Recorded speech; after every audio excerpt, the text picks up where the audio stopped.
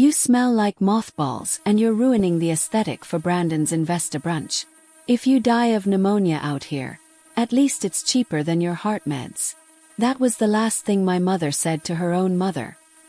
Not whispered. Not in anger. Said casually, like she was commenting on bad weather or an overcooked dish. I didn't hear it in person. I heard it later, through my security system, rewinding the footage until my hands shook too badly to hit pause. Have you ever realized that the people who were supposed to love you most are actually the ones holding the knife? Tell me in the comments. Because that moment changes you forever. T4:15 a.m. The camera notification lit up my phone. I hadn't been asleep long. The house was silent except for the low hum of the heater and the wind scraping frost against the windows. On the screen, my front driveway bloomed into view. Floodlights snapping on, cutting through the fog like an interrogation room. My parents' luxury SUV rolled into frame. Engine still running. Headlights blazing. I frowned, confusion creeping in before fear had time to form. Then the passenger door opened. My father, Daniel, stepped out first. Tailored coat. Leather gloves. The same man who lectured me about respect and family loyalty dragged 78-year-old Eleanor, my grandmother, out of the car like luggage that exceeded the weight limit. She was wearing slippers. Thin ones. No coat. No scarf. He didn't help her walk. He pulled her feet slid against the concrete as he maneuvered her onto the porch, the freezing ground sucking the heat straight out of her body. She stumbled, caught herself on the railing, and sat down hard on the edge of the step. She didn't cry out. That was the worst part. Then my mother appeared. Marie didn't look rushed. She didn't look upset. She moved with the efficiency of someone completing an unpleasant chore before coffee. She opened the trunk and tossed out 2 black garbage bags, the kind you use for yard waste. One of them hit the ground and split open. A hand-knitted cardigan, the pale blue one Eleanor wore every winter, slid out and landed in a shallow puddle. The fabric soaked it up instantly, darkening, heavy with filthy water. Luxury SUV. Garbage bags. A woman who once sang me to sleep left on concrete like trash. The engine never turned off. I was already running. By the time I yanked the front door open, the cold punched me in the lungs so hard I nearly gagged. My bare feet slapped against the pavement as I scanned the street. Red taillights faded into the mist. No knock. No doorbell. No goodbye. Just gone. I dropped to my knees beside her. "Grandma," I said, my voice breaking as I wrapped my coat around her shoulders. She was soaked, shivering. Her hands were ice. She looked up at me and smiled, not a relieved smile. Not a grateful one, a terrifyingly calm smile. "It's all right, Susan," she said softly. "They're busy people." Something inside me snapped. My rage flared so hot it felt like it could have dried the pavement beneath us. My chest burned. My hands shook. I wanted to scream, to chase them down, to drag them back here and force them to look at what they'd done.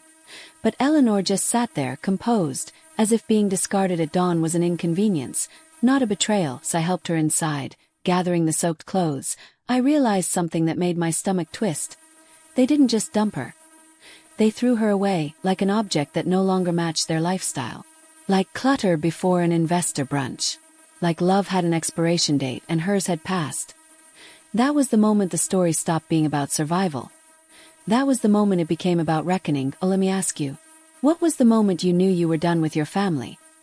Because once you see who's capable of leaving a 78-year-old woman on freezing concrete at 4:15 in the morning, you stop wondering if you'll fight back. You start planning. How did I pull Eleanor inside and shut the door with my foot, locking out the cold, the rain, and the part of my family that no longer deserved access to either of us. I guided her to my second-hand beige sofa, the one with a faint dip in the middle from years of careful use. I wrapped her in my sick day blanket, the thick, faded fleece I only used when I was running a fever and couldn't afford to miss work. Her teeth clicked together in sharp, rhythmic bursts, a sound so loud in the small apartment it felt like it was echoing inside my skull. Click, blick, click. My apartment wasn't impressive. No marble counters, no smart lighting, but it was clean, modest, and paid for. Every plate in the cabinet, every lamp, every square foot of worn carpet, every bill here was paid on time by me, while I made her tea and hunted for dry clothes. The truth I'd spent a decade avoiding finally lined itself up in my head. This hadn't been sudden cruelty. This had been 10 years of financial abuse, carefully disguised as family helping family. 3 years ago, a Tuesday night, I remember because I had exactly $40 left in my checking account and a bowl of instant ramen cooling on the counter. The kind with no seasoning packet. Just noodles and salt. I was rationing them 1 pack a day, stretching groceries like I stretched excuses. My phone rang. Dad. Daniel didn't say hello. He never did when he wanted money. Susan, I need help, he said, voice cracking theatrically. The office lease, there's a problem. If we don't wire $2,800 tonight, they'll lock us out tomorrow. I stared at my bank app, at the red numbers, at the overdraft warning blinking like a pulse. You'll destroy everything I built, he said softly. The family legacy. Please. I wouldn't ask if it wasn't an emergency. He cried. Real broken sobs. I ate ramen for 3 weeks straight and sent the money, so he could keep his mahogany desk and pretend he was still a man of importance. Meanwhile, Brandon, the golden child, was posting Instagram stories from a yacht, champagne flutes, designer sunglasses, ocean glittering behind him, caption, self-made. I remember staring at that word until my jaw ached, because I knew exactly how that trip had been paid for. Eleanor's pension checks, quietly redirected. Monthly emergency roof repairs. That never happened. No contractor. No invoices. No repairs. Just Brandon's image maintenance. The roof never leaked. But the money never came back. That was the family economy. I was the safety net. Brandon was the trapeze artist who never bothered to learn how to catch himself, and my parents were the ringmasters, obsessed with the show, the applause, the illusion of success. They lived in a historic mansion on Queen and Hill, beautiful and drafty, so expensive they couldn't afford to heat it properly. Luxury cars on lease they couldn't afford to insure. Dinners with people whose names they dropped like currency. And now, they were planning a $100,000 vow renewal at the Seattle Yacht Club. Not because they loved each other. Because they needed to look successful. It was a networking event disguised as romance. A carefully staged performance to secure a loan from a tech investor whose ego required chandeliers and ocean views. Brandon's latest crypto startup had imploded. Again. Fake wealth culture is expensive. And someone always pays the bill. That's why Eleanor was dumped now. Last week, Mom had invited me to dinner. She'd talked excitedly about renovations.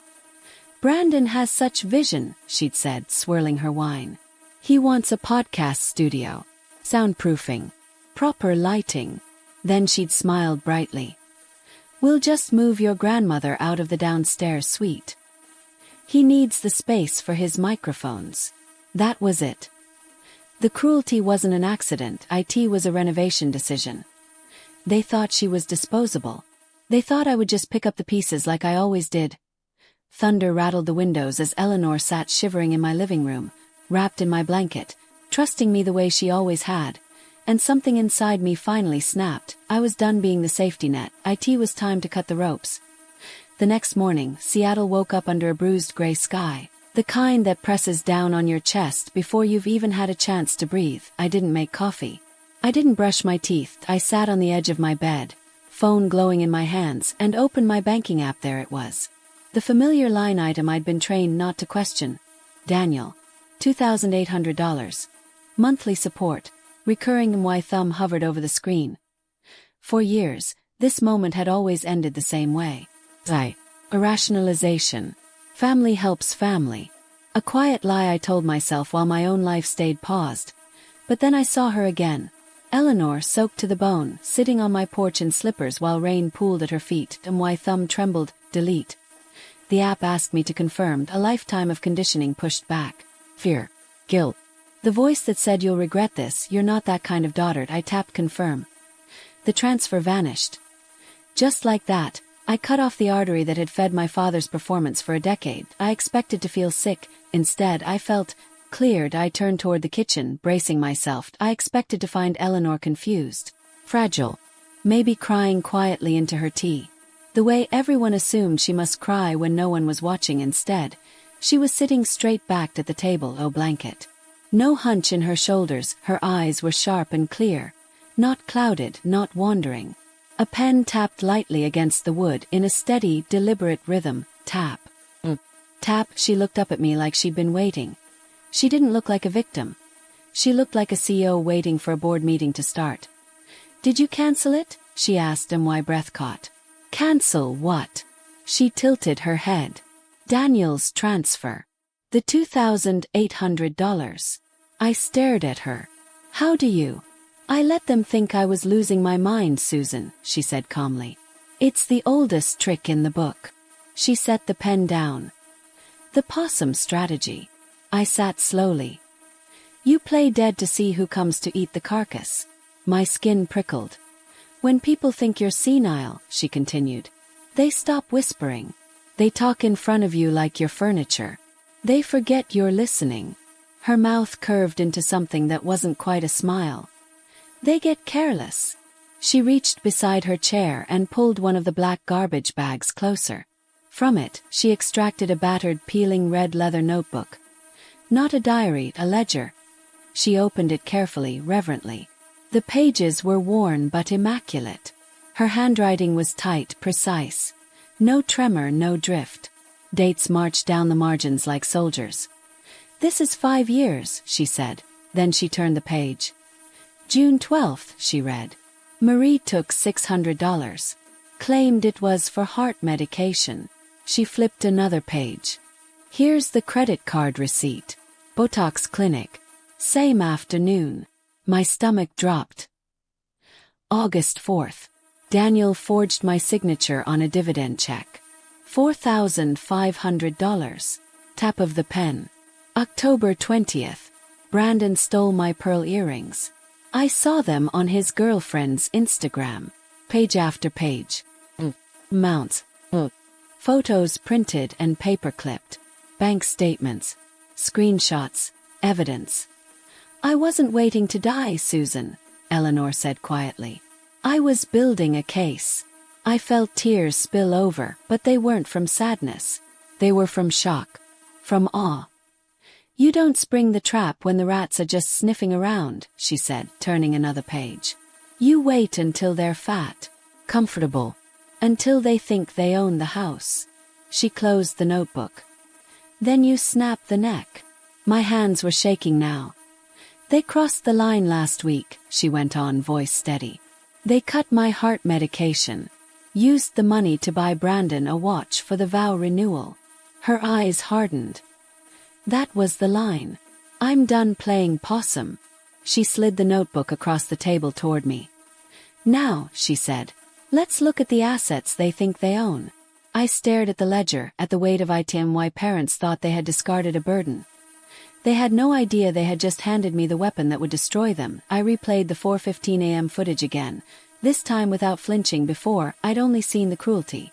The way my father's hand tightened on Eleanor's arm. The way my mother tossed garbage bags like she was late for a flight. Now I saw something else. Arrogance. I turned the volume up. Marie's voice cut clean through the night air, sharp and unguarded. No fear. No hesitation. The kind of tone you use when you're absolutely certain no one can touch you. I watched Daniel glance once at the camera, and then dismiss it. He didn't cover his face. Didn't rush. He believed himself untouchable. I saved the file. Then I backed it up. Once. 3 times. Separate drives, separate locations. That wasn't just a video. It was a confession. Next came the bank accounts. The joint account Daniel still had access to. One Eleanor had never closed because he's family. Balance. $812. I pulled the transaction history, my pulse thudding. Yesterday, a clean, brutal sweep. $40,000 withdrawn. He thought he'd emptied her. Thought he'd finally cleaned her out completely before discarding her like trash. What he didn't know was that Eleanor had never kept her real money where he could see it. Misdirection wasn't just survival. It was strategy. She watched me quietly as the realization settled in, then reached up and slipped her fingers beneath the neckline of her dress from beneath the fabric. She pulled out a silver chain. The end of it hung a heavy brass key, dulled with age, warm from her skin. Go downtown, she. First National. Safety Deposit Box 404.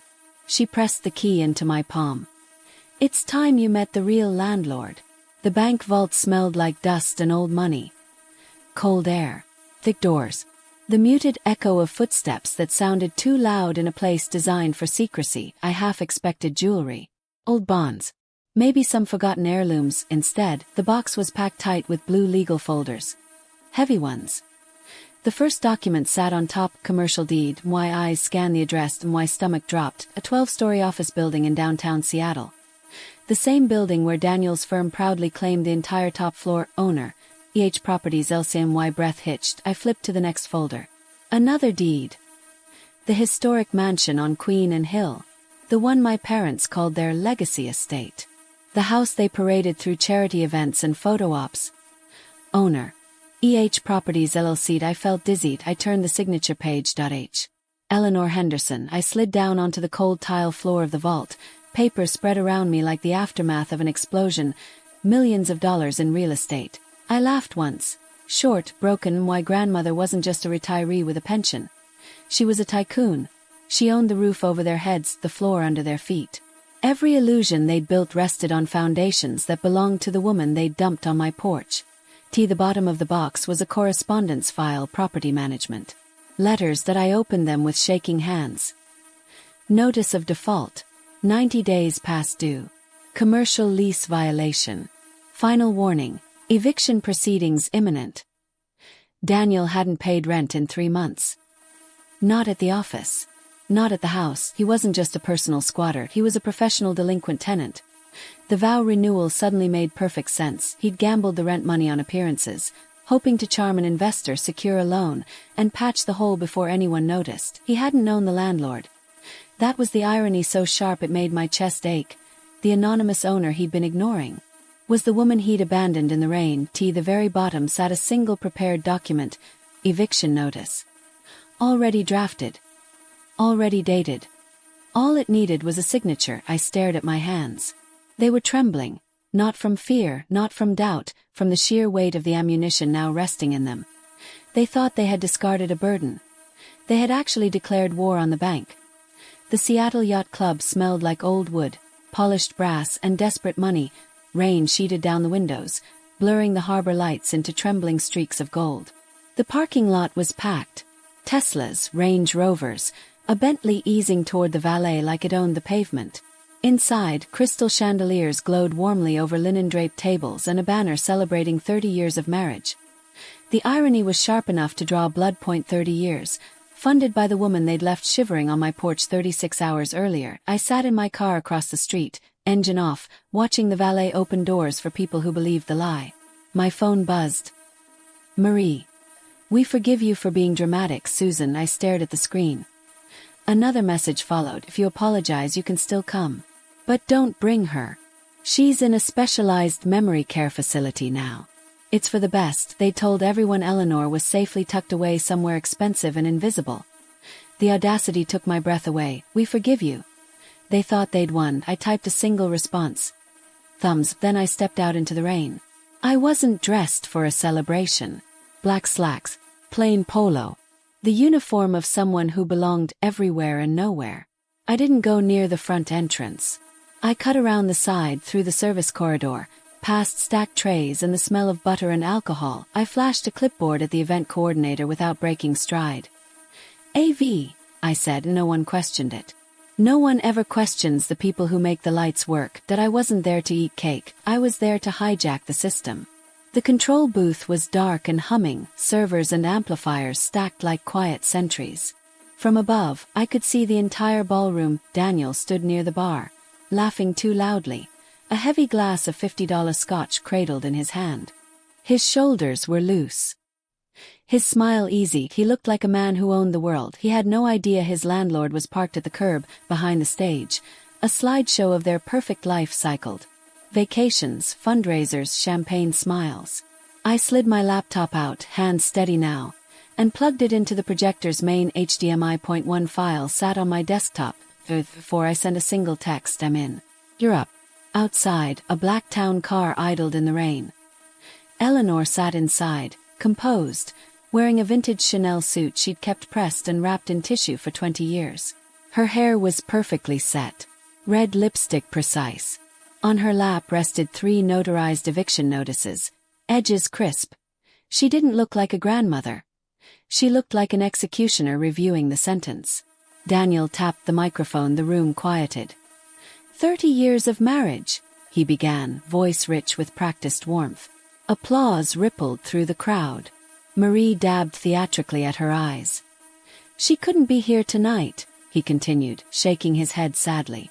My mother's dementia has progressed. We've placed her in a luxury memory care facility. My jaw clenched. Luxury care. They meant my couch that I hit play. The lights cut out. Gasps fluttered through the room as the screen flared to life. Rain. Darkness. A timestamp. 4:15 a.m. Daniel dragging Eleanor from the SUV. Trash bags hitting concrete. A cardigan sliding into a puddle. Then Marie's voice. Amplified, unmistakable. If she dies of pneumonia, it's cheaper than her meds. A murmur surged, horror spreading table by table. The audio continued. Once the old hag dies, the insurance covers the catering. Someone screamed. The doors at the back of the ballroom burst open. Eleanor entered, flanked by 2 King County sheriffs and a woman in a tailored gray suit. The crowd parted instinctively as she walked down the aisle, heels clicking softly against the floor. Daniel stared. Frozen. Empty. Eleanor stopped in front of him and held out her hand. He gave her the microphone without realizing he'd done it. I am not in a home, Daniel, she said calmly, her voice carrying effortlessly. I am the sole owner of EH Properties, LLC. The room went silent. Your landlord. She turned to the crowd. Tonight isn't a celebration, she said. It's an eviction. The lawyer stepped forward, papers sliding into Daniel's trembling hands. Office. Oath. Counts. Seized. Bankrupt. Trespassing. Brandon tried to slip toward the exit. A sheriff blocked him, serving his own notice without a word. Marie collapsed theatrically. No one caught her. I walked down the aisle and stopped in front of my parents. Daniel leaned close, voice shaking. You paid for this. I met his eyes. You always wanted me to pay for everything, I said quietly. I finally did. Eleanor took my arm. Together, we walked out as the room buzzed with ruin behind us. The consequences were swift. Within 24 hours, my parents were evicted from the mansion they'd called their legacy. I watched from across the street as Daniel and Marie carried their belongings out in black trash bags, the same kind they'd used on Eleanor. Poetic justice has a sense of humor like that. Their friends vanished even faster. Invitations dried up. Calls went unanswered. Influence only exists while the money does. They ended up in a roadside motel on the edge of town. Threadbare carpet, flickering neon, no valet to open doors. Brandon fared no better. 2 weeks after the yacht club, I saw him behind an espresso machine, apron tied too tight, calling out drink orders to people who didn't know his last name and didn't care. 2 months later, rain drifted softly over Seattle. I stood in a penthouse overlooking Puget Sound. The city stretched wide and honest below us. Eleanor stood beside me, hands folded, posture steady. She wasn't broken. She never had been. She smiled faintly and said, We didn't lose a family, Susan. We evicted tenants who refused to pay their rent. The metaphor closed in on itself perfectly. Justice isn't always loud. Sometimes it's paperwork, patience, and knowing when to stop being generous with people who only know how to take. If you've ever had to walk away from a toxic family, tell your story. If you've ever mistaken cruelty for obligation, you're not alone. Vulnerability can be strategic. Silence can be armor. And sometimes the people who seem weakest are the ones holding all the power. They just don't announce it until the moment it matters most. Finally, thank you so much for watching. Please leave your feedback in the comments and don't forget to like, subscribe, and turn on notifications so you don't miss our next story.